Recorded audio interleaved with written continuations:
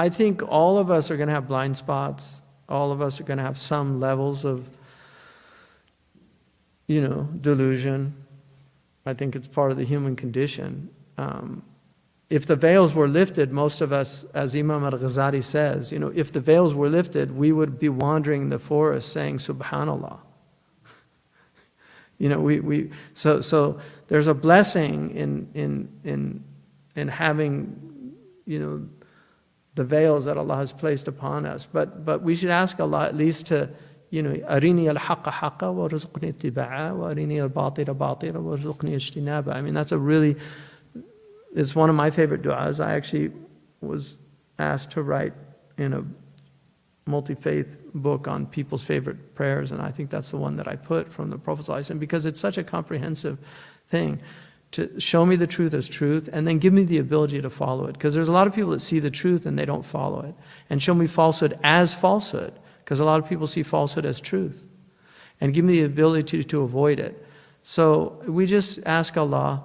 And like I said, prayer on the Prophet is a really powerful way of yuhaddib an-nafs, to do prayer on the Prophet ﷺ, to remember the Prophet ﷺ, to try to implement, take on sunnah slowly, but take them on. Try to do the different sunnah throughout your life. Just add sunnah and try to keep them as prophetic practices. The occasional prayers that we just did, those are really beautiful ways of just remembering God. And they're not easy to practice. As somebody who really does try to practice them as much as possible, that you forget. And sometimes you remember afterwards. You forget. Sometimes you go into the water closet, as they say in Europe, and forget to put your left foot first, and then say Allahumma inni a'udhu bika min al-khubuthi wal khaba'ith when you come out, right foot first. I mean, those things, are becoming mindful, right? Becoming a dhakir, and they're really powerful ways of just becoming more present. And the more you do that, the closer you get to following the sunnah of the Prophet ﷺ, the less delusional you're going to be. And I really believe that, And then his compassion is really important, because a lot of people have these outward sunan and they don't have the inward sunan, which is a big problem, right?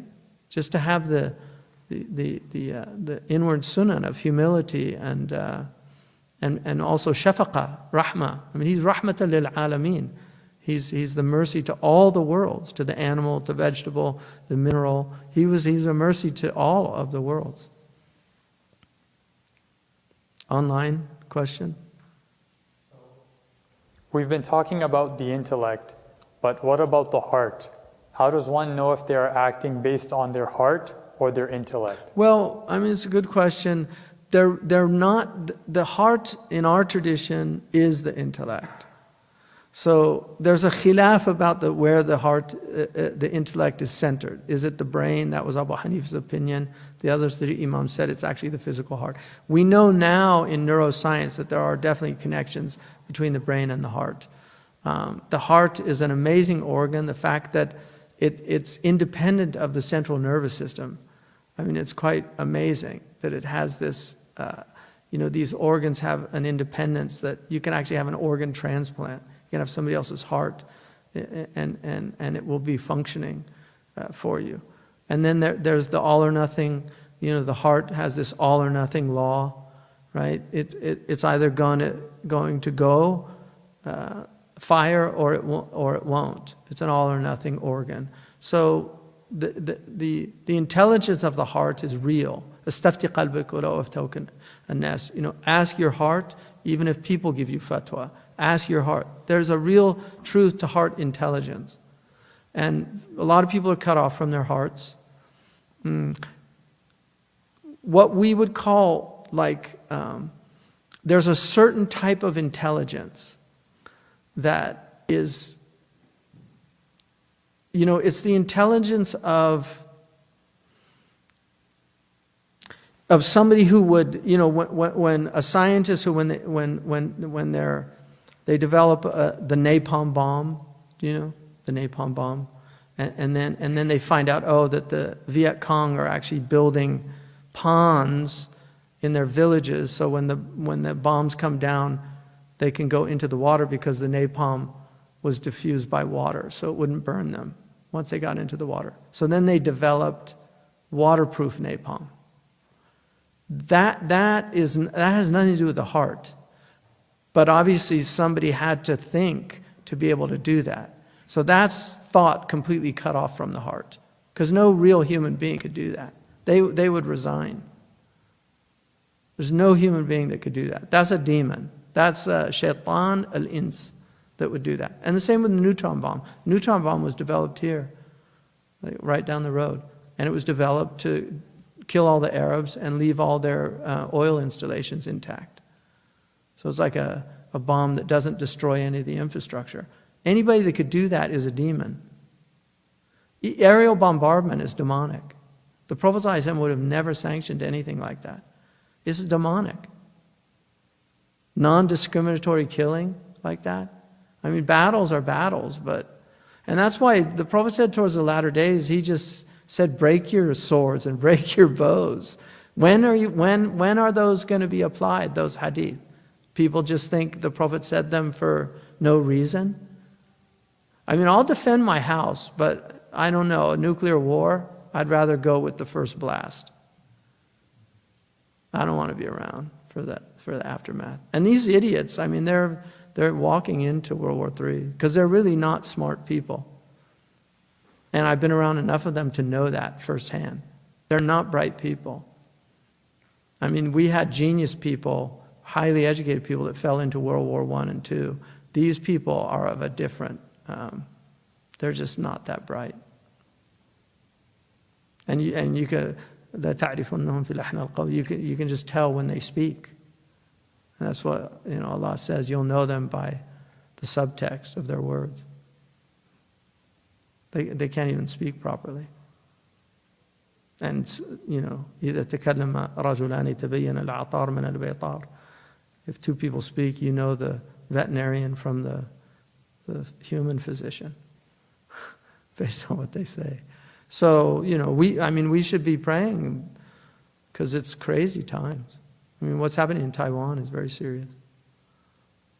And 90% of the most sophisticated chips in the world are made in Taiwan. If Taiwan goes, and they'll detonate all those factories. They're not going to let the Chinese get those factories. They're trying to build the factories here right now, the chips, because they outsourced everything, and now they realize there's this major security risk.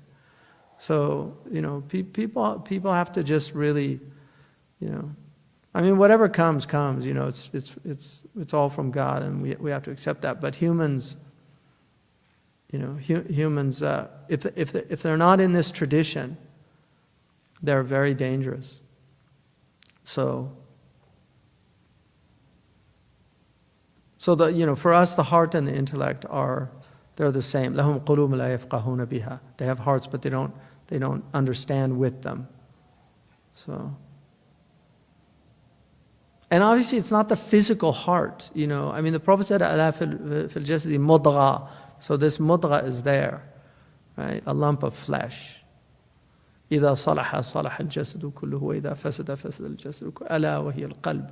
So if it's sound, the whole body is sound. If it's corrupt, the whole body is corrupt. So that's the physical heart, but he was analogizing it to the spiritual heart. That if the spiritual heart is sound, then the soul is sound. If the spiritual heart is unsound, then the soul is corrupt.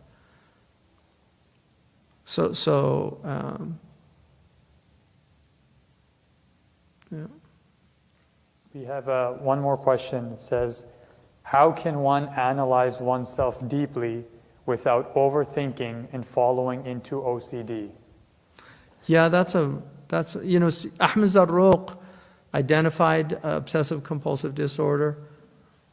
He said that waswasa, which is when people have doubts, a lot of self-doubt, he said it's either jahlun bis sunnah or khabarun fil aql.